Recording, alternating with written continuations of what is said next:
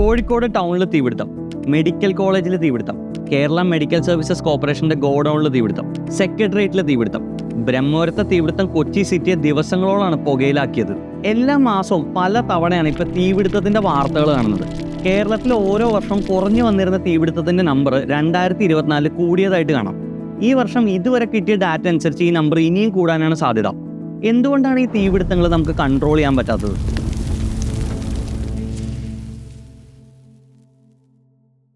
ഇക്കഴിഞ്ഞ മെയ് 18 കോഴിക്കോട് ഒരു വൻ തീപിടുത്തം ഉണ്ടായി.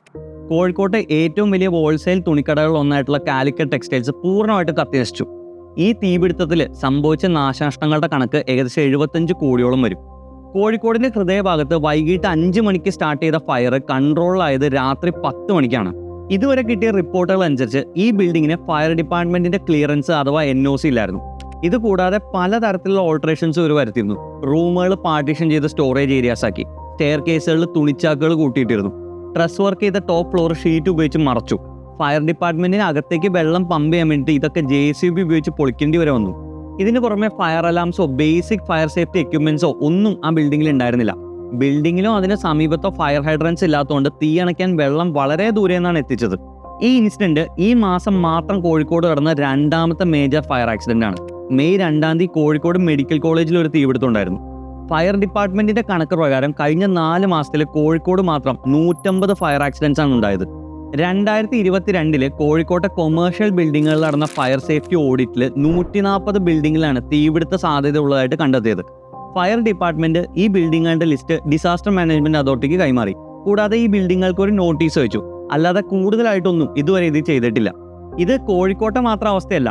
2025 ആദ്യത്തെ 2 മാസം മാത്രം കൊച്ചിയിൽ 615 ട്രിവാൻഡ്രത്ത് 500ഓളം ഫയർ ആക്സിഡൻസ് ആണ് നടന്നത്.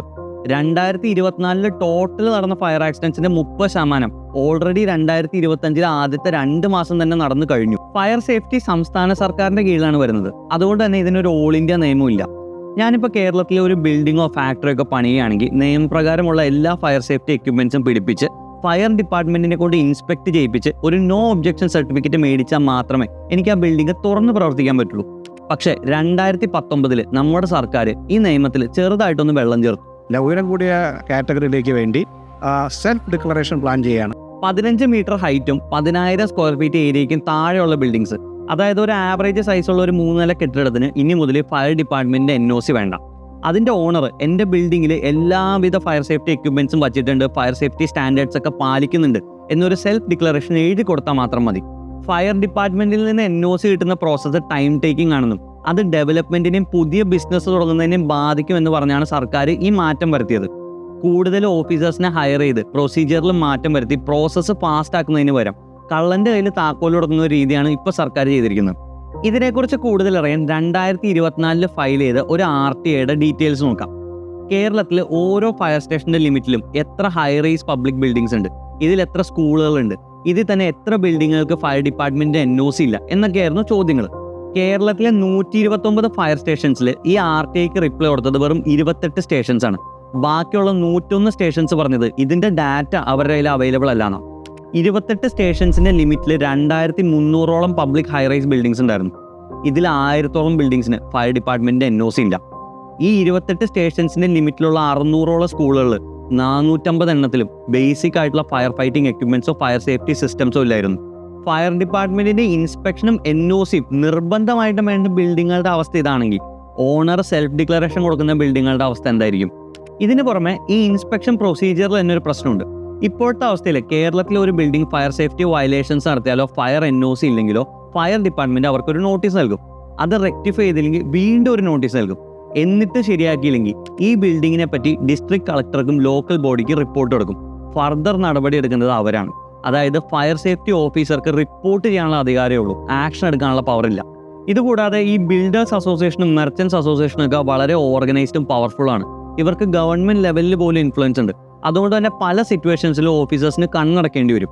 ഫയർ ആൻഡ് റെസ്ക്യൂ സർവീസസ് ഡിപ്പാർട്ട്മെന്റിന്റെ ഡയറക്ടറായിരുന്ന ജേക്കബ് തോമസ് IPS പോലും NOC കൊടുക്കാത്തതിന്റെ പേരിൽ റിയൽ എസ്റ്റേറ്റ് ലോബിയിൽ നിന്ന് തിരിച്ചടികൾ ഫേസ് ചെയ്യേണ്ടി വന്നതിന്റെ റിപ്പോർട്ടുകളുണ്ട്. അമേരിക്ക പോലത്തെ രാജ്യങ്ങളിൽ ഒരു building fire safety codes violate ചെയ്താൽ അത് അടച്ചു പൂട്ടാൻ വരെയുള്ള പവർ അവിടുത്തെ ഫയർ മാർഷൽസിനുണ്ട്. കേരളത്തിലെ ഫയർ ഓഫീസേഴ്സിന്റെ പവർ ലിമിറ്റ് ചെയ്യുന്നത് 1962 ഫയർഫോഴ്സ് ആക്ട് ആണ്. ഔട്ട്ഡേറ്റഡ് ആയിട്ടുള്ള ഈ ആക്ട് മാറ്റി ഫയർ ഓഫീസേഴ്സിന് കൂടുതൽ പവേഴ്സ് നൽകുന്ന ഒരു ആക്ട് നമ്മുടെ അസംബ്ലി ഡിസ്കസ് ചെയ്തെങ്കിലും അതെന്ന് നടപ്പാക്കുമെന്നറിയില്ല. പവറിൻ്റെ കേസ് മാത്രമല്ല, നമ്മുടെ ഫയർ ഡിപ്പാർട്ട്മെൻറ്റിന് കിട്ടുന്ന ഫെസിലിറ്റീസും അലവൻസസും വളരെ കുറവാണ്. പലപ്പോഴും ജീവൻ പോലും പണയം വെച്ച് ചെയ്യേണ്ട ജോലിയാണ് ഫയർ ഫൈറ്റിംഗ്. ഇങ്ങനെ റിസ്കി ജോലി ചെയ്യുന്ന ആളുകൾക്ക് റിസ്ക് അലവൻസ് കൊടുക്കാറുണ്ട്. For example, Pondicherry government risk allowance ആയിട്ട് ഫയർ ഫൈറ്റേഴ്സിന് കൊടുക്കുന്നത് ആവറേജ് മാസം 3000 രൂപയാണ്. കേരള ഗവൺമെൻറ് കേരളത്തിലെ ഫയർ ഫൈറ്റേഴ്സിന് കൊടുക്കുന്ന റിസ്ക് അലവൻസ് എത്രയാണെന്ന് അറിയാമോ? മാസം വെറും 200 രൂപ, അതായത് ദിവസം 6.5 രൂപ. ഒരു ദിവസം ഒരു ചായ മേടിച്ച് കുടിക്കാനുള്ള പൈസ പോലും റിസ്ക് അലവൻസ് ആയിട്ട് നമ്മുടെ ഗവൺമെൻറ് ഈ ഫയർ ഫൈറ്റേഴ്സിന് കൊടുക്കുന്നില്ല. 2012 വരെ ഫയർ ഓഫീസേഴ്സിൻ്റെയും പോലീസ് ഓഫീസേഴ്സിൻ്റെയും സാലറി സെയിം ആയിരുന്നു. പക്ഷേ ഇപ്പോൾ അതും കുറവാണ്. സെയിം ക്വാളിഫിക്കേഷൻ വേണ്ട എക്സാം എഴുതി കുറച്ചും കൂടി ഡിഫിക്കൽട്ടായിട്ടുള്ള ഫിസിക്കൽ എക്സാമും പാസ്സായി സെയിം ഗവൺമെൻറ്റിൻ്റെ കീഴിൽ ജോലി ചെയ്തിട്ടും ഫയർ ഡിപ്പാർട്ട്മെൻറ്റിന് കിട്ടുന്ന അലവൻസും സാലറിയും കുറവാണ്. ഇതൊക്കെ പോട്ടെ, പ്രോപ്പറായിട്ട് ജോലി ചെയ്യാൻ വേണ്ട എക്യുപ്മെൻറ്റ്സ് പോലും ഫയർ ഡിപ്പാർട്ട്മെൻറ്റിൻ്റെ കയ്യിലില്ല. നമ്മുടെ ഫയർ ഡിപ്പാർട്ട്മെൻറ്റിൻ്റെ കയ്യിലുള്ള പല വെഹിക്കിൾസും സ്യൂട്ട്സും മാസ്കും ടൂൾസും ഒക്കെ ഔട്ട്ഡേറ്റഡ് ആണ്. പല സ്റ്റേഷൻസിലും ആവശ്യത്തിന് സ്റ്റാഫ് പോലും ഇല്ല. 4-5 നിലയുള്ള കെട്ടിടങ്ങളിൽ തീ കടത്താൻ പറ്റുന്ന ഫയർ എഞ്ചിൻസ് ഇന്ന് നമ്മുടെ ഫയർ ഡിപ്പാർട്ട്മെൻറ്റിൻ്റെ കയ്യിലുള്ളൂ. പക്ഷേ ഇന്ന് കേരളത്തിൽ 30-35 നിലയുള്ള കെട്ടിടങ്ങളുണ്ട്. ഈ കെട്ടിടങ്ങൾ തീ പിടിച്ച സ്കൈ ലിഫ്റ്റ് ഉപയോഗിച്ച് മാത്രമേ തീ കടത്താൻ പറ്റുള്ളൂ. അങ്ങനത്തെ ഒരൊറ്റ സ്കൈ ലിഫ്റ്റ് പോലും ഇന്ന് കേരള ഫയർ ഡിപ്പാർട്ട്മെൻറ്റിൻ്റെ കയ്യിലില്ല. നമ്മുടെ പല ഫയർ എഞ്ചിൻസും ഔട്ട്ഡേറ്റഡ് ആണ്. അതുകൊണ്ടാണ് കോഴിക്കോട് നടന്ന തീപിടുത്തത്തിൽ എയർപോർട്ടിൽ നിന്ന് കെമിക്കൽസ് നിറച്ച മോഡേൺ ഫയർ എഞ്ചിൻ എത്തിക്കേണ്ടി വന്നത്. ഇന്ന് കേരളത്തിൽ 129 ഫയർ സ്റ്റേഷൻസ് ആണുള്ളത്. പക്ഷേ എഫക്റ്റീവ് ഫയർ മാനേജ്മെൻറ്റിന് ഈ നമ്പർ 228ഉം ഇപ്പോഴുള്ള ടോട്ടൽ ഫയർഫോഴ്സിൻ്റെ സ്ട്രെങ്ത് 3 ഇരട്ടിയുമാക്കണം എന്നാണ് എക്സ്പേർട്സ് പറയുന്നത്. കഴിഞ്ഞ കുറച്ച് വർഷങ്ങളായിട്ട് കേരള ഫയർ ഡിപ്പാർട്ട്മെൻറ്റിന് ബഡ്ജറ്റിൽ നിന്ന് കിട്ടുന്ന പൈസ ആവറേജ് 70 കോടി രൂപയാണ്.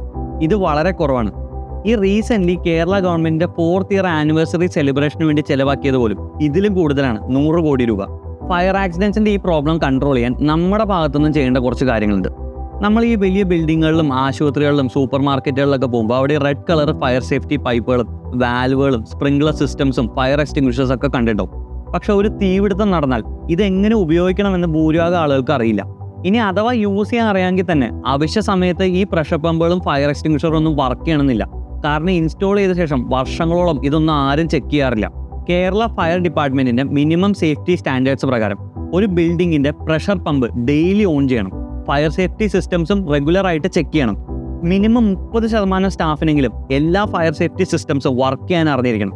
പക്ഷേ ഇതൊന്നും ആരും പാലിക്കാറില്ല. ഈ നെഗ്ലിജൻസ് ആണ് പലപ്പോഴും വലിയ അപകടങ്ങൾക്ക് കാരണമാകുന്നത്. അതുപോലെ തന്നെ പേഴ്സണൽ ലെവലിൽ പ്രോപ്പർ വേസ്റ്റ് മാനേജ്മെൻറ്റിന് പകരം വേസ്റ്റ് കൂട്ടിയിട്ട് കത്തിക്കുന്നതും വലിയ തീപിടുത്തങ്ങൾക്ക് കാരണമാകാറുണ്ട്.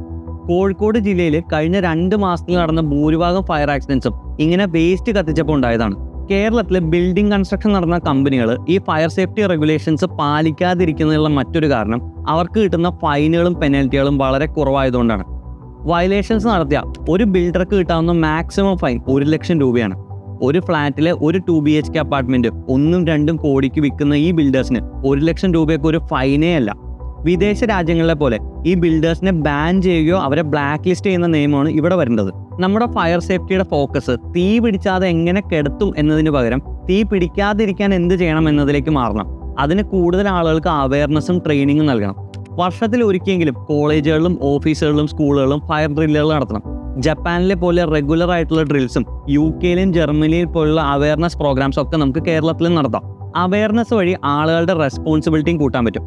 ഉദാഹരണത്തിന്, ഒരു ഫ്ലാറ്റിൽ താമസിക്കുന്ന വ്യക്തിയോട് നിങ്ങളുടെ ഫ്ലാറ്റിന് ഫയർ NOC ഇല്ലെങ്കിൽ ഒരു ഫയർ ആക്സിഡൻറ്റ് സംഭവിച്ചാൽ യാതൊരുവിധ ഇൻഷുറൻസ് ലഭിക്കില്ല എന്നുള്ള അവയർനെസ് ക്രിയേറ്റ് ചെയ്യാൻ പറ്റിയാൽ തങ്ങൾ താമസിക്കുന്ന സ്ഥലത്ത് ഫയർ NOC ഉണ്ടോ എന്ന് ആളുകൾ ചെക്ക് ചെയ്യാൻ തുടങ്ങും. അതുപോലെ തന്നെ കാറുകളിലും വീട്ടിലൊക്കെ വയ്ക്കാൻ പറ്റുന്ന ഫയർ സേഫ്റ്റി സിസ്റ്റംസിന് വിചാരിക്കുന്നത്ര വിലയൊന്നുമില്ല. ആമസോൺ പോലത്തെ വെബ്സൈറ്റുകളിൽ വളരെ ചീപ്പായിട്ട് നമുക്ക് ഇതൊക്കെ മേടിക്കാൻ പറ്റും. കാറ് റോഡിൽ തീ പിടിച്ച വാർത്തകൾ നമ്മൾ ഇടയ്ക്കിടയ്ക്ക് കാണാറുണ്ട്. ഇങ്ങനത്തെ എക്യുപ്മെൻറ്റ്സ് മേടിച്ച് വെച്ചാൽ ഒരു പരിധി വരെ ഇതൊക്കെ നമുക്ക് തടയാൻ പറ്റും. ഫയർ ആക്സിഡൻസ് ഒക്കെ ഉണ്ടാകുമ്പോൾ ഫയർ ഡിപ്പാർട്ട്മെൻറ്റിനെ സഹായിക്കാനും രക്ഷാപ്രവർത്തനം നടത്താനുള്ള ട്രെയിനിങ് ഫയർ ഡിപ്പാർട്ട്മെൻറ്റ് ഫ്രീ ആയിട്ട് ജനങ്ങൾക്ക് നൽകുന്നുണ്ട്. ഇതിന് ഫയർ ഡിപ്പാർട്ട്മെൻറ്റിൻ്റെ സിവിൽ ഡിഫൻസ് ഫോഴ്സിൻ്റെ ഭാഗമായാൽ മതി. അതിന് നിങ്ങൾക്ക് താല്പര്യമുണ്ടെങ്കിൽ അതിൻ്റെ ലിങ്ക് ഡിസ്ക്രിപ്ഷനിലുണ്ട്.